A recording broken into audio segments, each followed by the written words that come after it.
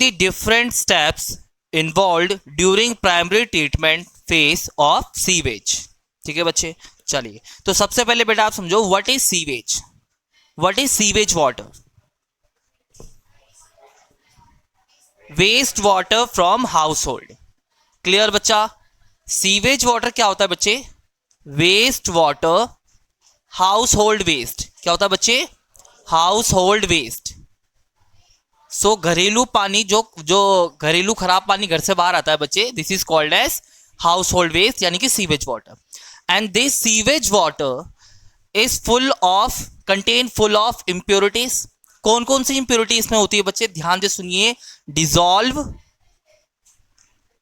Dissolve waste and second one is undissolve waste. कौन सा था बच्चे? Undissolved waste. सो बच्चे देखो, डिजॉल्व वेस्ट इसमें होगा बच्चे ऑर्गेनिक मैटर. क्या होगा बेटा? ऑर्गेनिक वेस्ट जिसे हम कहते हैं. एंड अनडिजॉल्व, जो डिजॉल्व ना हो पाए, ऐसे वेस्ट को हम कहते हैं बेटा इनऑर्गेनिक वेस्ट. यस और no? And these are floating waste, जो कि डिजॉल्व नहीं है. तो बेसिकली हम क्या करने वाले हैं, अनडिजॉल्व वेस्ट को क्लियर करेंगे इन प्राइमरी ट्रीटमेंट. तो अनडिजॉल्व वेस्ट जो डिजॉल्व नहीं है, उस वेस्ट को हटाने के प्रोसेस को बच्चे हम क्या कहते हैं यहां पे? Primary treatment. And dissolve waste को हटाने के लिए क्या यूज करेंगे बेटा? Term secondary treatment. क्या यूज करने वाले बेटा? Secondary treatment. क्लियर? ये ऊपर नीचे हो गया, बट इसको समझिए बेटा. सो क्वेश्चन बेसिकली आंसर आपसे जानना चाहता है किसका? प्राइमरी ट्रीटमेंट का. यस और नो? सो इसमें बेसिकली डिजॉल्व जो वेस्ट है वो डिजॉल्व नहीं है, वो फिजिकल वेस्ट है. कैसा वेस्ट है बेटा? फिजिकल वेस्ट है. So that's why it is also called as physical treatment. क्या कहते हैं बेटा? फिजिकल ट्रीटमेंट भी इसको हम कहते हैं, क्योंकि यहां जो वेस्ट है वो फिजिकल है, वो हमें नजर भी आ रहा है. क्लियर? चलो, सो अब ये फिजिकल वेस्ट कैसे हटेगा? सो बच्चे प्राइमरी ट्रीटमेंट, अब आते हैं क्वेश्चन पे. Primary treatment involve how many steps? बताइए बेटा, how many steps? 2 steps. How many steps बच्चे? 2 step. The first one is filtration. And second one is sedimentation. Clear? First one is sedimentation.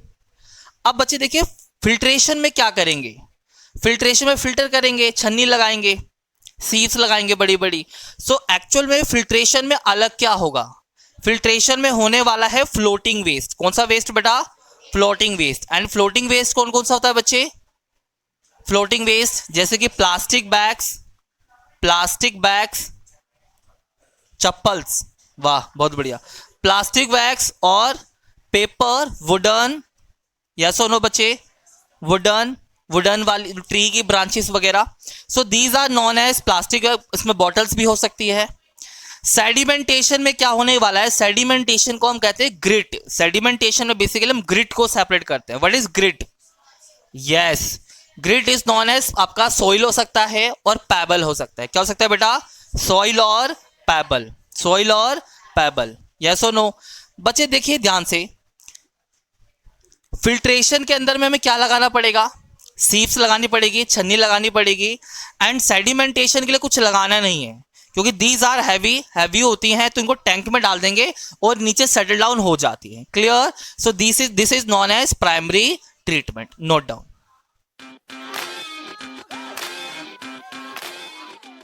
Explain the process of secondary treatment given to the primary effluent up to the point it show significant change in the level of biological oxygen demand means B or D in it.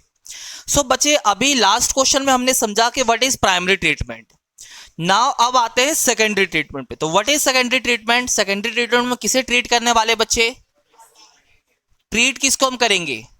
Treat हम करेंगे बच्चे किसको? Primary effluent. किसको करने वाले बच्चे? Primary effluent. What is primary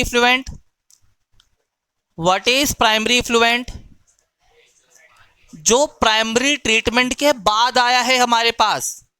what is primary effluent?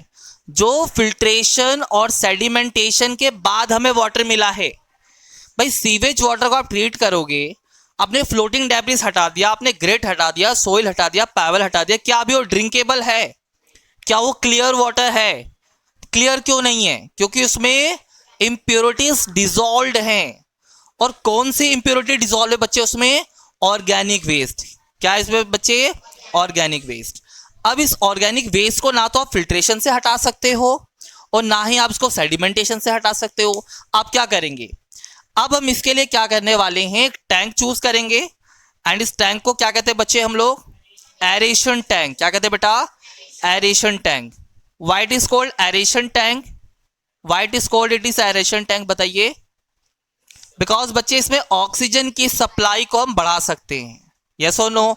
सो बच्चे यहाँ एक मोटर लगा हुआ है जो कि एयर की सप्लाई को बढ़ाने वाला है। इसमें फील्ड क्या है बच्चे? Primary effluent. क्या क्या इंक्लूड है बच्चे इसमें? प्राइमरी इफ्लुएंट, जो कि एक तरीके काला पानी है। अब ये काला पानी क्यों है? क्योंकि इसमें ऑर्गेनिक वेस्ट डिसॉल्व अमाउंट में है। देन हम इसके अंदर ऐड ऑन करते हैं सम माइक्रोब्स। क्या ऐड ऑन करेंगे बच्चे? Microbe. And these microbe is known as aerobic bacteria. क्या कहेंगे बेटा? Aerobic bacteria. एंड बच्चे अब हम क्या करने वाले हैं? ऑक्सीजन पंप को स्टार्ट करेंगे। अब ये जो एरोबिक बैक्टीरिया इस टैंक में है, अब ये क्या करेगा बच्चे? इसको देखिए, इसका नाम ही एरोबिक बैक्टीरिया है। So they grow in the presence of oxygen. Oxygen इसको दे रहे हैं, ग्रो करेगा। खाने के लिए क्या चाहिए? फूड। फूड क्या है यहाँ पर बच्चे इनके लिए? ऑर्गेनिक वेस्ट है। सो अब ये इस ऑर्गेनिक वेस्ट को खा खा के क्या हो जाएंगे बेटा? मोटे हो जाएंगे सारे। क्या हो जाएंगे बच्चे? मोटे हो जाएंगे। नाउ ये अभी दिखने में कैसा नजर आएगा बच्चे? ये माइक्रोब्स अब आपको नजर आएंगे मैश की तरह। किसकी तरह बेटा? मैश की तरह। And now it is called as flocs. अब इसको क्या कहेंगे बच्चे हम लोग? फ्लॉक्स। क्लियर? नाउ अब ये जो वाटर है वो क्लियर आपको नजर आना स्टार्ट हो जाएगा, क्योंकि इसमें जो डिसॉल्व ऑर्गेनिक वेस्ट था अब वो क्लियर हो चुका है। यस और नो? सो बच्चे this is known as secondary treatment. एक चीज आपने ध्यान रखनी है कि ये जो फ्लॉक्स है बच्चे, इस फ्लॉक्स को हम डाल देते हैं एक अनदर टैंक में and this another tank is known as an aeration tank. क्या कहेंगे बेटा? An aeration tank. Why it is called an aeration tank? क्योंकि यहां पर ऑक्सीजन नहीं है and these microbes are organic, they grow only in the presence of oxygen. So इस tank में जाने के बाद ये माइक्रोब्स मर जाएंगे, किल हो जाएंगे। बट सभी माइक्रोब्स को हम एनरेशन टैंक में नहीं डालते हैं। इसमें से कुछ माइक्रोब्स को हम बचा लेते, स्टोर कर लेते हैं। Why? To use as a inoculum. इसमें माइक्रोब्स कैसे आए? वो पुराने वाले वाटर के माइक्रोब्स थे। Clear? This is known as starter और इनोकुलम। यस और no? And these microbe are also called as, ये भी एक तरीके का बेटा कूड़ा है, स्लज है। सो इस कूड़े, ये अब एक्चुअल में जो कूड़ा है बच्चे, these are different from non living, these are living ना। सो इसको हम बोलते हैं बेटा एक्टिवेटेड स्लज। क्या बोलेंगे बच्चे? Activated sludge. क्लियर? यस और नो? बेटा फिल्ट्रेशन और सेडिमेंटेशन के बाद जो हमारे पास बचा, this is known as primary sludge. वो कूड़ा है, ये भी कूड़ा है बट ये लिविंग कूड़ा है, that's why it is called as activated sludge. Now अब इस क्वेश्चन में एक बात बोली गई है बच्चे, बीओडी का क्या सिग्निफिकेंस है? यस और नो? बच्चे देखो, यहां एक मीटर एक और लगा होता है इसी टैंक में। उस मीटर को क्या कहते हैं बेटा हम लोग? BOD meter. What is the full form of BOD? Biological oxygen demand. Biological oxygen demand. बच्चे बहुत सिंपल है, इसको ध्यान से समझो बेटा। देखो, डिमांड और सप्लाई एक दूसरे के इनवर्सली प्रोपोर्शनल होते हैं। बड़े ही बेसिक भाषा में इसको समझिए। जब हमने इसमें प्राइमरी एफ्लुएंट डाला, अब ये वाटर कैसा है बेटा? इनिशियली वाटर कैसा था? पोल्यूटेड। कैसा वाटर था बेटा? पोल्यूटेड। उसमें ऑक्सीजन की कमी थी, डेफिशिएंसी था। यस और नो? जैसे ही हमने इसमें ऑक्सीजन बढ़ाया तो अब ऑक्सीजन की कमी पूरी हो गई एंड नाउ इसका बीओडी रिड्यूस हो गया। बीओडी रिड्यूस हो गया। यस और नो? सो पोल्यूटेड वाटर का बीओडी ज्यादा होता है और क्लियर वाटर का बीओडी कम होता है। यस और नो? क्लियर? सो देखिए बेटा, पोल्यूटेड वाटर का बीओडी क्या होगा बच्चे? पोल्यूटेड वाटर मैक्सिमम होगा। यस और नो? एंड फ्रेश वाटर का बच्चे, ड्रिंकेबल वाटर का, लेस पोल्यूटेड वाटर का बीओडी कम होगा। तो BOD means demand. Demand means demand means जो उसको चाहिए, डिमांड। तो पोल्यूटेड वाटर को ऑक्सीजन की डिमांड होती है, यस और नो? चलो नोट कर लेंगे।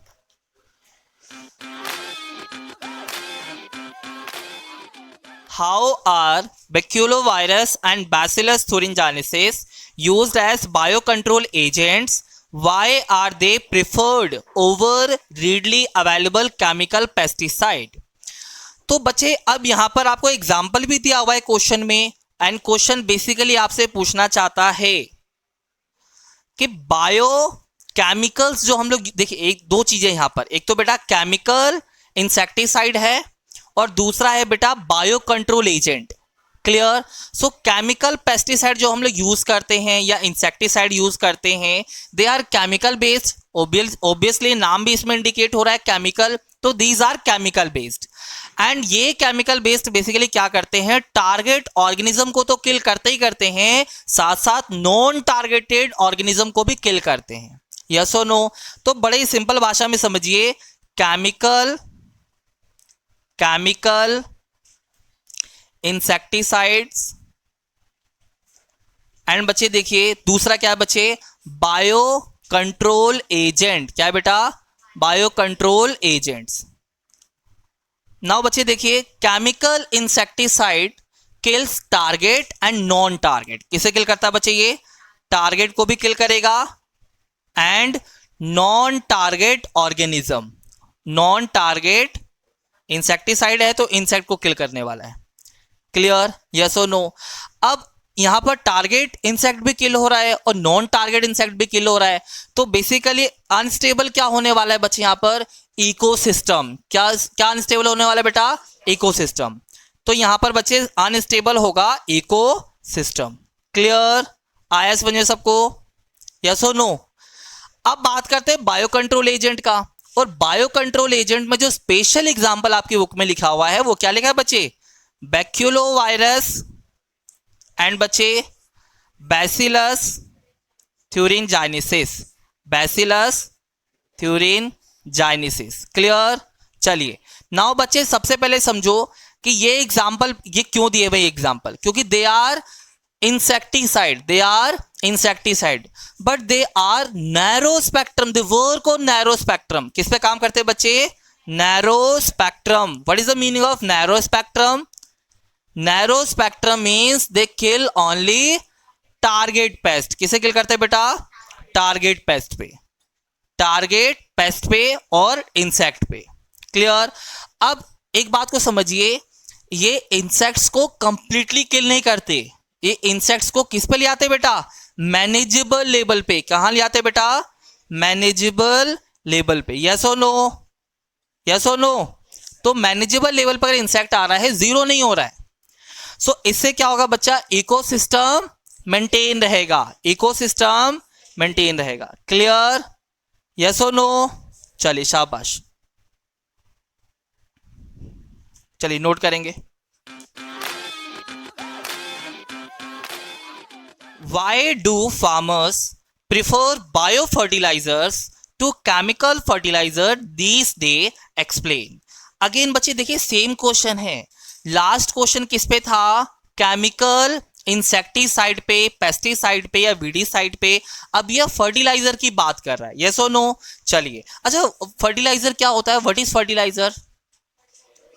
जो यस न्यूट्रिएंट की अवेलेबिलिटी को बढ़ा दे, यस और नो? चलिए सो बच्चे देखिए, केमिकल अगेन सेम थिंग है, chemical fertiliser, chemical fertiliser. Chemical fertiliser क्या करते हैं बच्चे बताइए? केमिकल फर्टिलाइजर सॉइल पॉल्यूशन को बढ़ाते हैं। क्या करते हैं बच्चे? सॉइल पॉल्यूशन को बढ़ाते हैं, यस और नो? एंड साथ साथ जो प्रोडक्शन हमारा होने वाला है फ्रूट का, सीड्स का, वेजिटेबल्स का, उनकी क्वालिटी को रिड्यूस करते हैं। क्या करते हैं बच्चे? Reduce quality, reduce quality. Now बच्चे अब क्वेश्चन में क्या कहता है कि बायो कंट्रोल एजेंट को क्यों प्रिफर किया जाता है? अगेन सेम थिंग आप बोलोगे कि वो सॉइल पोल्यूशन को इंक्रीज नहीं करता, यस और no? And reduce the quality, production जो हमारे पास में हुआ है उसकी क्वालिटी को इंप्रूव करता है। यस और नो, क्लियर। नाउ अब यहां पर इसका एक दूसरा क्वेश्चन हम यहां पर बना सकते हैं। अगर ऐसा ही है तो सभी लोग, जितने भी फार्मर्स है बच्चे, वो सब बायो कंट्रोल एजेंट को अडॉप्ट क्यों नहीं करते? अभी भी बहुत बड़ी पॉपुलेशन हमारी केमिकल फर्टिलाइजर पर डिपेंड करती है as compare to bio fertiliser. तो क्वेश्चन इज बड़ा सिंपल है, देखो यहां क्या लिखा है बच्चे, quality. So chemical fertiliser quantity को बढ़ाता है, यस और नो। एंड यू नो कि इंडिया का पॉपुलेशन एक्सपेंडिंग है, बढ़ते जा रहा है। अब इसकी वजह से हम लोग केमिकल फर्टिलाइजर पर ज्यादा डिपेंड करते हैं। लेकिन क्वेश्चन ने आपसे ये नहीं पूछा है, क्वेश्चन ये पूछा है कि हम लोग बायो फर्टिलाइजर पे क्यों जा रहे हैं, यस और नो। बायो फर्टिलाइजर की तरफ क्यों मूव ऑन कर रहे हैं? क्योंकि वो क्वालिटी इंप्रूव करता है, यस और नो, एंड सोइल पोल्यूशन को भी रिड्यूस करता है। क्लियर? चलिए नोट करेंगे।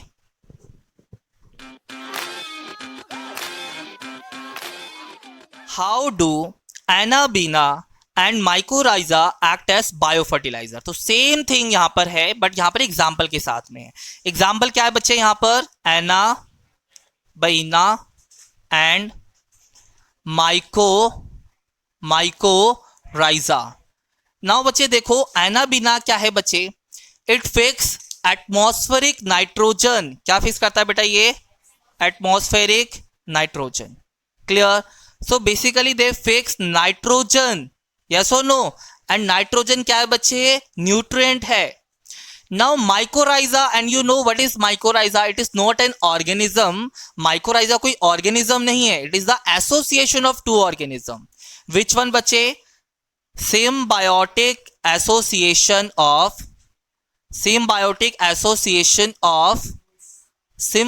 Association of fungi and higher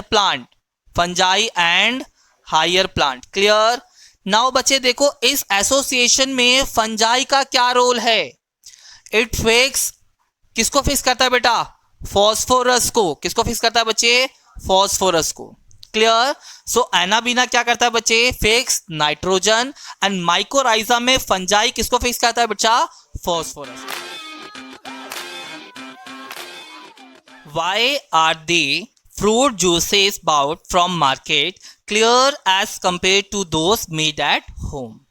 So market में जो फ्रूट जूस की बॉटल अवेलेबल है उसके कंपैरिजन में होममेड जूस, दोनों के कंपैरिजन की अगर हम बात करें, सो बॉटल जूस हमें ज्यादा क्लियर नजर आता है, यस और नो। बॉटल जूस हमें ज्यादा क्लियर नजर आता है as compare to homemade juice. Question is this. So अब यहां पर क्वेश्चन आता है कि बॉटल जूस इतना क्लियर क्यों होता है? Yes, because bottle juice contain protease and बच्चे पैक्टिनेस। क्या होता है बच्चे? Protease and pectinase. And this enzyme degrade, protease किसको डिग्रेड करेगा बच्चा? प्रोटीन को। किसको डिग्रेड करेगा बेटा? प्रोटीन का। एंड पैक्टिनेस पैक्टीन को डिग्रेड करेगा। अब उस बॉटल जूस में सिर्फ सिंपल शुगर्स आपको अवेलेबल मिलेंगे, यस और नो। सो ना तो उसमें बेटा प्रोटीन है और ना ही उसमें पैक्टीन है जो कि पॉलीसैकेराइड है। सो आपको जो एनर्जी मिलने वाली है वो इंस्टेंट मिलने वाली है, उससे कोई मसल रिकवरी नहीं होने वाली है। सो इसलिए आप देखिए most of the doctor preferred homemade juice as compare to the bottle juice. But bottle juice का एडवांटेज क्या है कि वो बॉडी में इंस्टेंट एनर्जी को बूस्ट करता है, यस और नो, यस और नो। तो कभी भी आप बॉटल जूस को देखेगा, उसके न्यूट्रिशनल फैक्ट पे जाइए और आप देखो प्रोटीन कितना है उसमें? 0। कितना है बच्चे उसमें? 0, यस और नो। चलो